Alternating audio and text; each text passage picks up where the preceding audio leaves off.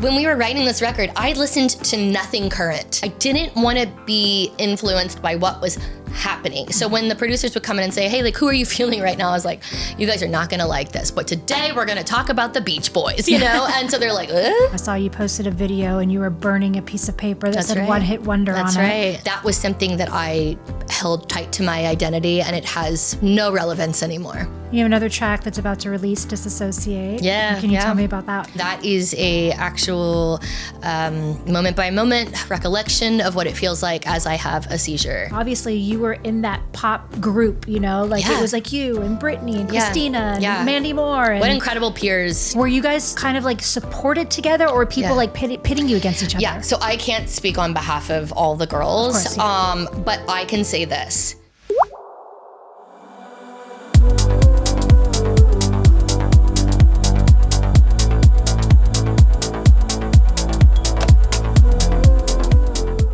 Welcome to another episode of the Spout Podcast. I'm your host, Tamara Dia, and today we are joined by singer-songwriter Willa Ford. Hi. Hello and welcome. Thank you. I'm so happy to be able to say that again. Welcome back to the music biz. So fun. Yeah. After 20 years, you're coming back. You have your new album, Amanda, which drops March 6th. Yes. I can't imagine what you must be feeling right now after this big return. Talk to me. Tell me about Amanda.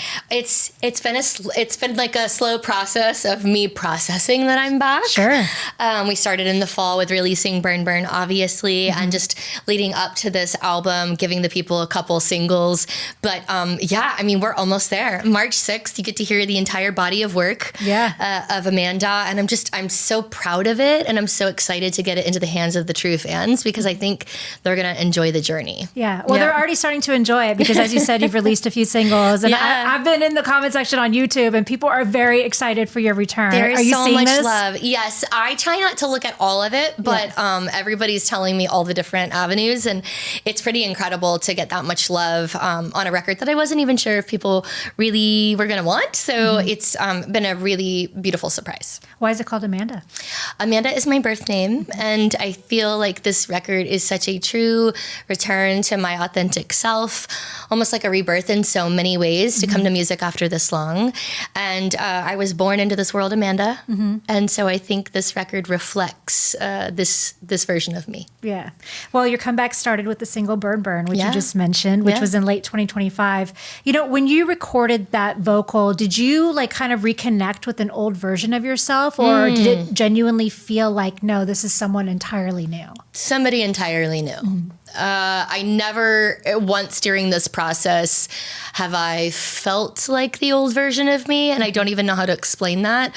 I've just felt more confident, and even writing the songs, I just felt like a different person. And part of it could also be just being fully in control. It just feels different. Yeah. Yeah. When you were promoting it on Instagram, I saw you posted a video and you were burning a piece of paper that said One Hit Wonder on it. That's right. Talk to me about that. Yeah, because I think that one phrase that we use as a dig on people can be so awful when you try to digest it in the way that it was being given.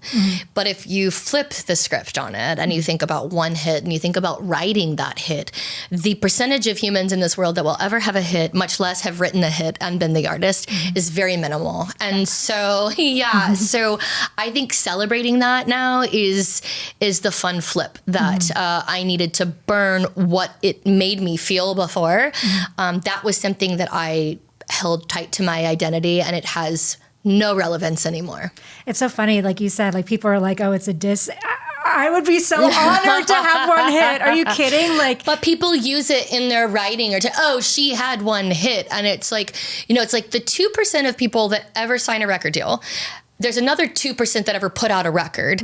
And then 2% of that will ever have a hit. So again, we're talking about a very minimal amount of people that will ever celebrate that phrase. Yeah. And so I think that goes for everybody that's ever had that phrase put on them. I would say you should burn that down, and you can reframe it or you can get rid of it altogether. I'm okay with the one hit there, but this body of work, I think, proves that there's no one hit about me. Yeah. This is truly a body of art for me. Yeah. We're going to get to that one hit in a second, but let's talk about your new body of work. You did release Love for Life and Carousel, both leading into this new album.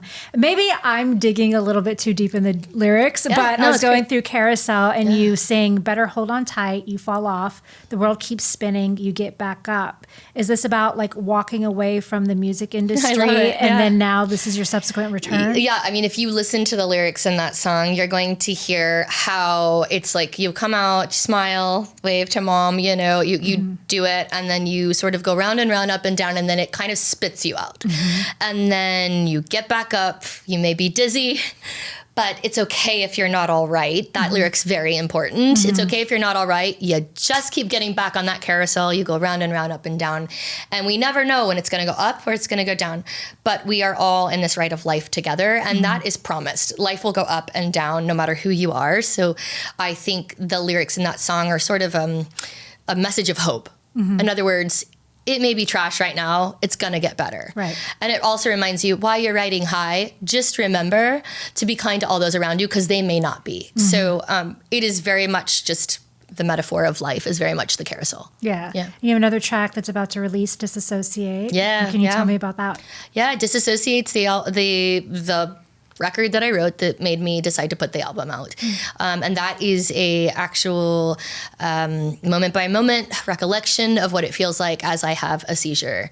And so that is how my body feels. It's the control that I don't feel. It's what my body is doing during these times from a medical point of view and from a personal point of view. So it's a very powerful song in that way. It also happens to be to like the sickest track in pop dance beat, which I think is so fun. So it can be relatable in a lot of ways. But yeah, specifically that was written about an actual physicality of a seizure. Yeah. And did you grow up having seizures? No. So the seizures started in 2023 while I was already writing this record quietly. I worked in quiet and nobody knew. And then I started having seizures and the doctors were trying to figure out what they were from and what was going on. And during that time, we were able to figure out medically what it was and what was causing it. And I got a lot of help. But, you know, I think the lyric that says, and there is no pill I can take, I have to fight it off with therapy. And that is the truth about my type of seizure, PNES. We do have a rescue med that I can take that helps to stop it. But there is no medication that I can take on the daily that will make these stop. Yeah. Therapy is the only way through. And they could stop altogether or they may never stop. And so I am just one of many people.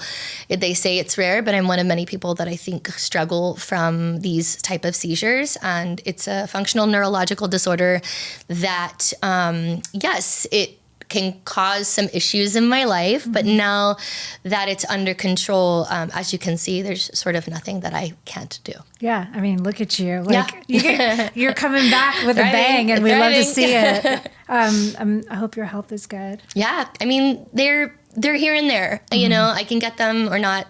People ask me how often. I'm like, it's at least once a month. But I know when they're coming, I know how to control them, and I have medication for that. And the goal here is to raise some awareness. Maybe that even brings more attention to it, and we can get to the bottom of, you know, how to help people in general be diagnosed with this. I think that's key. I happened to end up at Stanford in the ER that day, and they have a specialist in this, but not every hospital in this country or in the world know what they are. And so I think a lot of people are not diagnosed. And so this is a chance for me to speak out and hope that they can seek some help. Yeah, I think it's important. Yeah. You know, you mentioned that you started writing in 2023. Is that? I mean, I actually started writing closer to 2022. Okay. It's really funny, this Y2K resurgence, when I tell you that there was not even a sniff of it. And I was, you know, writing with my partner and producers and very much in quiet. And I wasn't sure if I was going to put the record out. By the time these seizures happened, we wrote this song. It was my first session back. And I was still having them. I had 40 in 1 month at that point. So I was just home doing the writing. And I think at that point, I knew I was going to put out a record. And now it's a matter of, if we're going to do it, we can't just do it. We've got to do it right. So that's what the that's what the time has taken, Yeah. for me as an independent artist to put the right team around me. I think that was very important. After 25 years, I think it was important to do it right, not fast. Yeah. You mentioned Y2K. So I grew up in that era. Yeah. I was a huge fan of I Want to Be Bad. I was dancing along with you. I wanted to be bad. All the kids did. Yeah. I mean, it was such a huge hit. And you were, like obviously you were in that pop group, like it was like you and Brittany and Christina and Mandy Moore. And, what incredible peers. Yeah. Jessica Simpson. To be a part of. That's right. Hardest working women in the business. I was curious. All of us. Yeah, I was actually curious about that. Like, obviously you're kind of all thrust onto this global stage kind of at the same time. Yeah. Were you guys were you kind of like supported together, or were people like pitting you against each other? Yeah, so I can't speak on behalf of all the girls, Of course, but I can say this. Everybody had their talents, be it whatever you think about everybody. They all had their talents, and they all should have been celebrated separately for those talents. And instead, it was very much pitted to try to put them, myself included, against each other. Yeah. That was never how I felt. That was never how I think Jessica felt. I mean, she came up to me after a show, so kind, one day, was like, I really love the quality of your voice. That doesn't sound like people that are trying to tear each other down. So I really think that it was just a time when it was like, it's competition. And it's like, you look enough alike, you're in the formula, you sound enough alike. We're just gonna say that it's like you or them. And the fans really, I think, started to feel like, wow, I have to love this. It's nice, this resurgence. You don't have to just love me. Yeah. You can love Jessica for what she is, or Ashley for who she, or Hillary Duff. It's so fun because, again, we're not in competition. In art, you shouldn't be competing against the other artist on their canvas. You're just doing something different. When we were writing this record, I listened to nothing current. I didn't want to be influenced by what was happening. I wanted to go from where I had been and to what I wanted to be. So when the producers would come in and say, hey, like, who are you feeling right now? I was like, you guys are not going to like this, but today we're going to talk about the Beach Boys, And so they're like, because they were all much younger too. So again, I do think that I don't think the public did it. I think it was just the natural tendency of press at that time to do it. And I think we've learned a lot from it. We still make that mistake a lot, but I do think we've moved on from that. Yeah. What was it like being a pop star in that era? Wow, really exhausting. No, it was miraculous.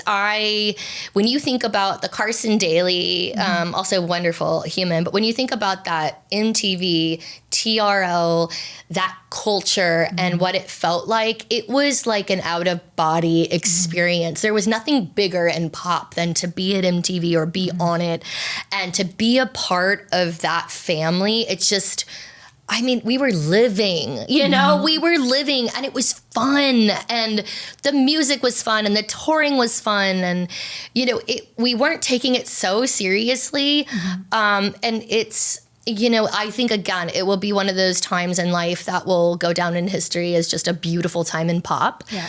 Everybody crapped on it during the time that wasn't a pop singer, but when they really look back at it, you have to appreciate the melodic components and appreciate the hard work ethic that it took to be a pop star. Yeah. I actually hosted the reboot of TRL when it came back in 2017. Yeah. And I grew up watching TRL. So obviously, I was like, we got to recreate that magic. But the thing is, it was lightning in a bottle, right? So it's like, so crazy. You can't recreate lightning in a bottle. It's really hard, and it's interesting because MTV, when I was little and my sisters were teenagers, that's what made me want to get into it. I watched MTV in the late 80s, and so that was lightning in a bottle. And they never thought that they'd probably recreate those spring breaks and those things. Right, yeah. And then there was this resurgence that happened end of the 90s into 2000s, and it was phenomenal.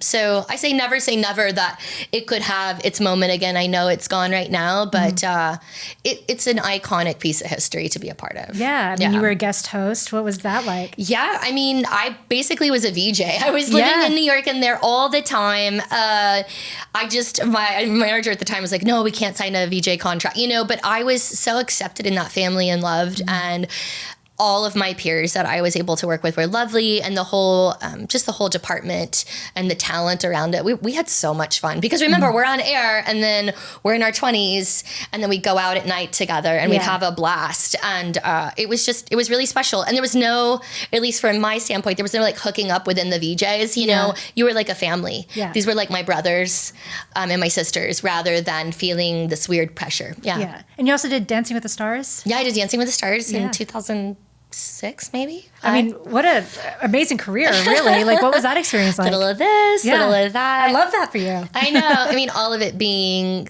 focused around entertainment. And so I grew up wanting to entertain. So I think that's all been really focused around that. Yeah. I mean, that show is still such a huge entity. It's a brilliant show, and it does beautiful things for everybody that's ever on it. I think we've seen so many inspiring moments from that show.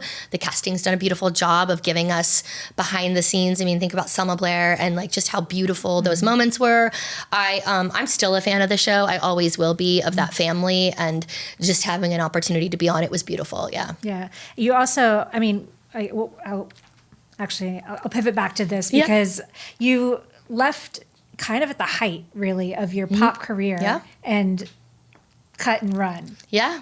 Why? Cut and run's a good way to put it. Why? You know, I was in the studio writing this second record, and it just wasn't happening. I had songs. I thought I had great songs and I was ready to move in a direction. And the label, I don't know if they were seeing the direction that I wanted to be. Then the label sold. Jason Flom's phenomenal. He owned Lava Atlantic and he sold the label. So it kind of went under Atlantic. And there were just this perfect storm of things happening at the time. And I also was very exhausted, if I'm being honest. Because I think my personal life was just not stable enough. And I was by myself a lot. And so I went home. I went home to Florida, and my sister had a new baby. I wanted to be with her. I wanted to be with my parents. And then eventually, after a little time off, I moved to LA to do acting. It's not some crazy story other than like I recalibrated. Yeah. And looking back, I could have persevered and fought through that, but I think I'm exactly where I should be, and I'm a better human for leaving rather than fighting through what could have been my mental health in that moment. Definitely. And instead, I think my family embraced that I needed a break, and I'm grateful for that. You know, I actually was thinking about like the mental health component. You know, you guys were really thrust onto this world stage. And you mentioned like the media at that time was kind of relentless and not kind. And was there ever any real discussions between you and like, you know, the Britneys and the Christinas about like your mental health? Yeah. Well, it's really interesting. Back then, nobody talked about these things, right? And I was saying to my husband, I almost think a prerequisite when it comes to athletes or artists or actresses, I feel like labels should have an in-house therapist. And I think it should be mandatory that you can talk to, if you write, it's a form of therapy, but I was still going through therapy with these seizures at the same time. I just think it's a lot for somebody to put on themselves. And I think having somebody to talk to would be really important. What happens is you get too busy and the schedule just doesn't allow. And when you don't eat properly and you don't have time to sleep properly, and then you start throwing into the mix so much high stress, anybody will break. So again, like a big piece of advice for people that are doing this, you know, still to this day, even as indie artists, it's really get your mental health in order. I don't think you need to be nuts to put out a great record. You know, I think some people think if they stay in the drama and they stay in the turmoil, I can write better, or drink or any of that. I think you're wrong. I think when you can take a step back and get healthy, you can actually write better and clearer about those moments, right? So, I don't think the mental health was ever thought about. And the labels weren't trying to hurt us. I don't even think they thought about it. I think it's something that teams as my husband was an athlete, I think teams should think about when guys are retiring, there should definitely be some form of mental health. I think the same goes for pop stars. Yeah. I mean, I think your point is taken that like back then it was a little more taboo to talk about. We've seen it. I mean, we're all talking about it now and we're very outgoing about like what has happened and where we're at now. But we have seen this and we have seen artists deteriorate in front of our eyes, and we don't want it anymore. We want to be healthy humans who also are looked at as humans and have lives. And so, yeah, I think as a young artist, the best thing you could do for yourself is get a great therapist and always be in contact with somebody that is helping you and grounding you and reminding you, because relationships are going to come and go when you're young. So don't anticipate a person to be that, It's solid advice. Yeah. You went from this pop sphere, being on camera, and then you moved into becoming an entrepreneur and an interior designer. Yeah. Talk to me about that pivot. Yeah. I mean, the pivot sounds insane, but the application very similar. I mean, again, anything you want to do in life, are you willing to work hard for it? Are you willing to go back to school? Are you willing to sweep floors when you don't want to? Are you willing to be the service provider for people after you have been served for so long? The ego has to die, and you have to be willing to say, I love design. I love creating spaces. I love serving people. I love taking a space and knowing that they're going to live in it now and they're going to thrive in it. So it was no big deal for me to change over. Building that company, obviously, another whole story of a piece of me that I was disconnected from, that I had to connect to. But I still make jokes with all my girls. I'm like, I'm the personality hire on this team. Like I'm all over the place with the creativity, and they're running the business side and the straight and narrow. But I love my design business. That's not going to change. And for so long, it's like, you can't do both. You can't have those two things. You can't be in the business and be a mom. I'm sorry, what? We've blown that lie out of the water now. So I'm doing it all, and I will have the right focus on the right things. And it's pretty simple. Put a support system around you in all different avenues and you can succeed. Yeah. And I just love the notion that like you can pivot back and forth even. You pivoted this way and now you're back into music. Well, and I think what a lot of people don't realize is I am an independent artist and I'm like keeping it that way. How beautiful is it that I can go and do a job that makes the money, that allows me to sync it into a record to create music for you. There is no promise when you create a record that there's ever going to make any money. You have to do it for the art, because if you don't do it for the art, you're doing it for the wrong reasons. And so for me, I also have this stability. I have a job. So I'm not desperate. I don't need to beg you to do this, but it's nice, it's nice that people want to hear it. But yeah, I think, again, just being in a place of control, that it took 13 years to build that business. And I know that there's no accidents in life. This was the path, and now that can help me do this. Yeah. I love that a lot of people don't know that your first record back in the day, you actually were a predominant songwriter on it and an executive producer on it. Correct. Which, especially back then, is such a rarity because... You weren't allowed to, number one. But number two, I just don't think a lot of people were songwriters first. Right. And we hear stories like, oh, Katy Perry was a songwriter first. She's an incredible songwriter. But back then we weren't allowed to be. It's like you look a certain way and that's what you're going to be. And but yeah, no, I was writing and recording. Did you fight for that? I fought for the... I guess I fought to write. I said I want to write my own record. So I fought for that. But once I wrote the record, I didn't have to fight for executive producer or anything, because I was. So I didn't have to fight for it. Yeah. Well, let's go back to Amanda, because what, obviously there's a lot of themes on this entire album.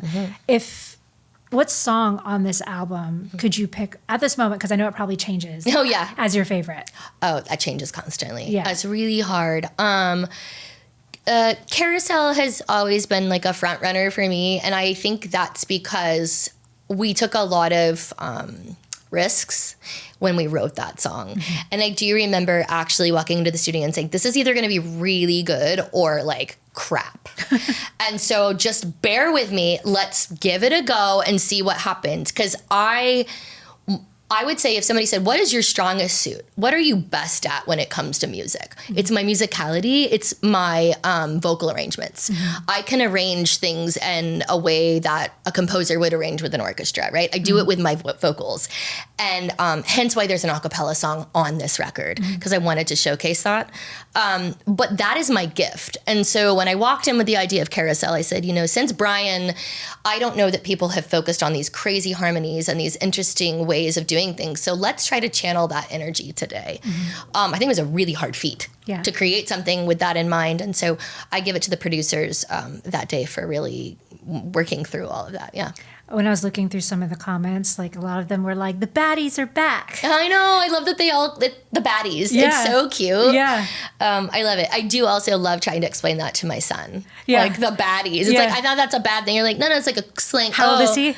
He's 9.5. Okay. Yeah. So I'm like, it's like you was 6, 7. Like he just it doesn't make sense, but being bad is good. Okay.